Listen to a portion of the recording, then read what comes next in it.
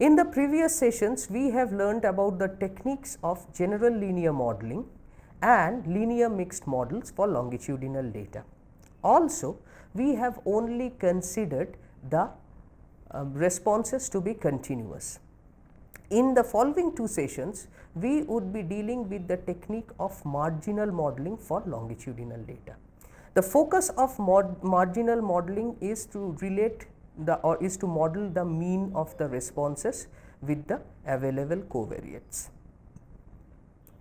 So, what happens here is that the mean modeling is done treating the covariance models to be a nuisance. So, both the mean and the covariance is modeled, but the covariance model is treated as a nuisance. So, the modeling technique is such that whatever estimates one gets for the mean model becomes consistent for a misspecified correlation structure. Now, marginal modeling does not depend on the likelihood method, rather it constructs unbiased estimating functions or unbiased estimating equations called generalized estimating equations to estimate the model parameters. Since it avoids the likelihood procedure, it is a popular choice for those studies where the responses are not continuous, but are discrete like binary or counts. Marginal models for longitudinal data analysis 1. The objective of this session is to introduce to marginal models. Well, we have already introduced marginal models. Here we would be seeing the marginal models from a marginal modeling perspective. Then we would see what is the formulation of marginal models, and finally how to estimate the parameters of a marginal model through generalized estimating equations. Now, recall that we have the general linear model of the form y equal to x beta plus epsilon, where epsilon follows normal 0 v. Now, here this model specifies the marginal mean, that is expectation of y is equal to x beta, and the marginal variance having the correlation structure Vy is equal to V. Now, assume that alpha denotes the parameter in V, that is V can be written as V alpha, then the log likelihood can be written as L beta alpha equal to minus n by 2 log 2 pi minus half log absolute V minus half log determinant of V alpha minus half y minus x beta transpose V alpha inverse y minus x beta. Now, let U alpha be d alpha of V alpha, and Ui alpha is the ith element of Vi alpha, the derivative of the ith element of Vi alpha, that is d alpha of Vi alpha. So, we have the two score equations S beta and S alpha. Note that both the score equations are functions of beta and alpha, and the score equations are of the above form. So, S beta and S alpha, so the score, both of the score equations are estimating equations for beta and alpha. Note that the score equations are unbiased. So, that is the first property, that the score equations are unbiased. That means both the expectations is equal to 0 and the score equations produce consistent estimators, but this is under certain regularity conditions. The score equations are efficient, and that is because the variance gives the Fisher's information matrix. Now, this is the general idea about the marginal models, the general linear models that we have done. But the question is, what if V is misspecified? then we still have beta hat is equal to x prime W inverse x inverse x prime W inverse y, where W is the working correlation matrix.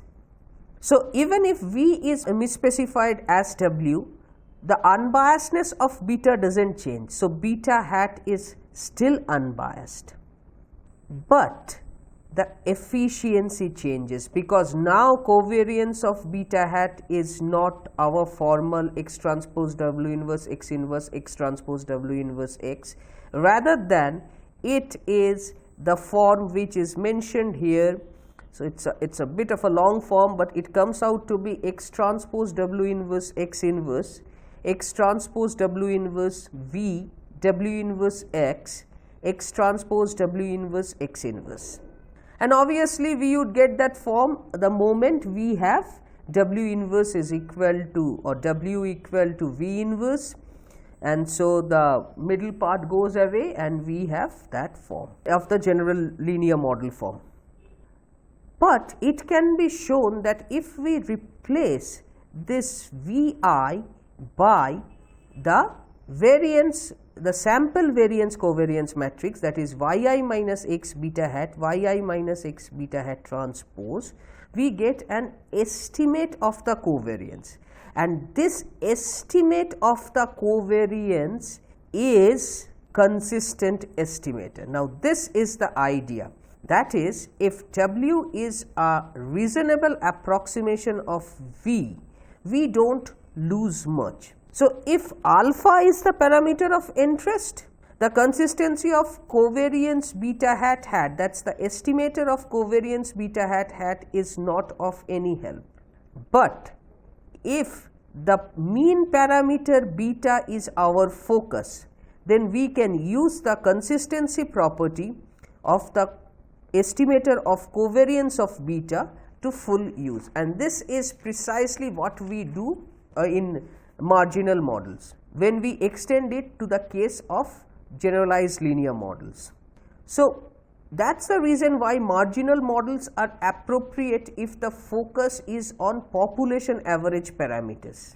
So, if we are dealing with a cross sectional data, then marginal model is the thing that we do, whether it is the general linear model or it is whether we are using a general linear model for a continuous outcome or generalized linear models for categorical outcomes. It is the marginal modeling that we do for cross sectional data. Now, the aim of the marginal model is to model the mean of the response variable in terms of the covariates, and for a longitudinal data, this thing is performed while keeping in mind the longitudinal correlation structure. So, just to highlight the points that that makes marginal model so special is that in marginal or population average models, the emphasis is to model the mean response as a function of covariance. So, the emphasis is on the mean modeling, but keeping in mind that the data comes from a longitudinal experiment or a longitudinal design. So, to do that, what happens is marginal model separately models the mean response.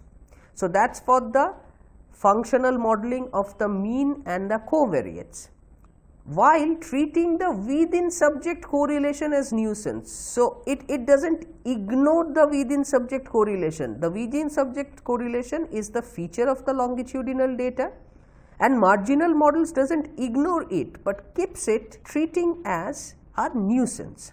And marginal models are not likelihood based procedures. So, as we can see later, we would be using estimating equations for estimation of parameters. So, we would construct unbiased estimating functions, and the popular choice, because it is free of the likelihood. So, it is a popular choice of analyzing discrete responses, where working with the likelihood is a bit complicated. So, what happens in marginal model? Basically, for a marginal model in context to longitudinal data, the marginal mean expectation of Yij given Xij equal to mu Ij is related to xij by a known link function g of mu ij, which is equal to neta ij, which is equal to xij transpose beta. So, the correlation model is also modeled as phi of Vi mu ij, and the correlation model has the variance, as I said, phi of Vi mu ij, and there is a correlation which is Yij Yik given Xij, and that is rho Ijk. So, the covariance of Yi given Xi can be written as Vi phi alpha, and this can be represented as phi Ci to the power half Ri Ci to the power half, where Ri is the correlation matrix, that is the correlation matrix with the ikth, or rather the jkth element is rho ijk here, and Ci is the diagonal matrix of elements with diagonals coming from the variance of Yij given Xij. So, that is the phi Vi mu ij part, and this phi is the scale parameter for variance, and alpha characterizes the variance as we had said earlier. So, for continuous response what happens? Let us take specific cases. For continuous response, this is homogeneous variance over time, and so this has an exchangeable correlation structure. So, we are assuming that the variances are homogeneous over time and the correlation structure is exchangeable. So, mu ij is equal to neta ij equal to xij transpose beta. So, that means there is an identity link here, and variance of Yij given Xij is phi, correlation of Yij Yik given Xij is equal to alpha, that is equal to rho. So, rho, because it is an exchangeable structure. For the binary, the correlation model still remains the same, that is correlation of Yij Yik given Xij is alpha, and log it mu ij is equal to neta ij equal to Xij transpose beta, but this, so here is a log it transformation. So, variance of Yij given Xij is mu ij into 1 minus mu ij, that is the variance of the binomial distribution. For count, that is a Poisson distribution with over dispersion, that means the phi element would be here and we have an exchangeable correlation structure. Variance comes out to be phi mu ij, while correlation of Yij Yik given Xij is alpha. But now the transformation is log mu ij, that is what we do for Poisson regression, and that is equal to neta ij equal to Xij transpose beta. So, for the linear models or the general linear models, we use the multivariate normal distribution along with the first two moments to specify the likelihood. In the GLM family, the problem is that the construction of likelihood is difficult, as one has to make additional assumptions on higher order moments. An alternative of the full likelihood function is called the generalized estimating equations, and this is nothing but a multivariate analog of the quasi-Poisson functions, score functions for GLM. So, what happens is that assuming phi and alpha is known, beta is estimated from the estimating equations I equal to 1 to m di Vi inverse Yi minus mu I beta equal to 0. So, where di is the first derivative with respect to the kth element, that is delta mu I j divided by derivative of mu I j with respect to beta k, and Vi phi alpha beta is the term which we had described earlier, that is phi Ci to the power half Ri alpha Ci to the power half, where Vi is the working covariance matrix, Ri alpha is the working correlation matrix. So, now we are both taking a working covariance matrix as well as a working correlation matrix. Now, we use an iterative algorithm to find the estimates. An initial estimate of beta comes from the ordinary least square. So, we assume an identity and fit the ordinary least squares, and we use method of moments to estimate phi and alpha. This method of moment estimates are then plugged in to find an initial estimate of Vi, and these three steps are repeated. So, till one gets convergence, and this is done using Fisher scoring algorithm to update the parameters estimates till convergence. Now, here we have also used Ri alpha, which is the working correlation. Now, if Ri alpha is misspecified, we have already told this, that beta hat is still consistent and asymptotically normal, but note that here the focus is on estimating beta hat rather than on estimating alpha. So, replacing alpha by any consistent estimator does not affect the large sample properties of beta hat, because beta hat is consistent to whatever choice of alpha it is. Then the question comes is, why we should be bothering about alpha? Well, we should not technically, but a correlation structure that closely approximates the true correlation improves the efficiency. So, it reduces the variances or the standard errors. And for moderate correlation, if the correlation is moderate and if the correlation between the observations is not too high, then a working independence model is fine. I mean, for that, whatever, a exchangeable or a working independence model is fine. For misspecified Ri alphas, now empirical estimate of the standard errors, that's resulting in empirical variance or sandwich variance, which we have learned in our weighted least squares, should be used. But for correctly specified Ri alphas, one should use the model based standard errors of beta. Now, for inference in marginal models, the inference for beta can proceed using the asymptotic normality and the sandwich or the robust covariance matrix. So, we can assume that the betas are asymptotically normal with variance to be either the sandwich estimator or the robust the model based estimators, that is the robust covariance matrix. And inference for alpha is not advisable, because primarily here the working correlation structure is chosen to support estimation of beta. If the working correlation structure is chosen for estimation of alpha, that means Ri alpha is really close, or the working correlation matrix Ri alpha is really close to the true correlation matrix, then inferences about alpha can be taken. But in most situations, the aim is to model or to support estimation of beta. That is why we take any estimator in any working correlation matrix, and the entire method has been specified for, or entire method has been developed for the support of estimation of beta. So, in marginal models, it is advisable not to use inferences regarding alpha.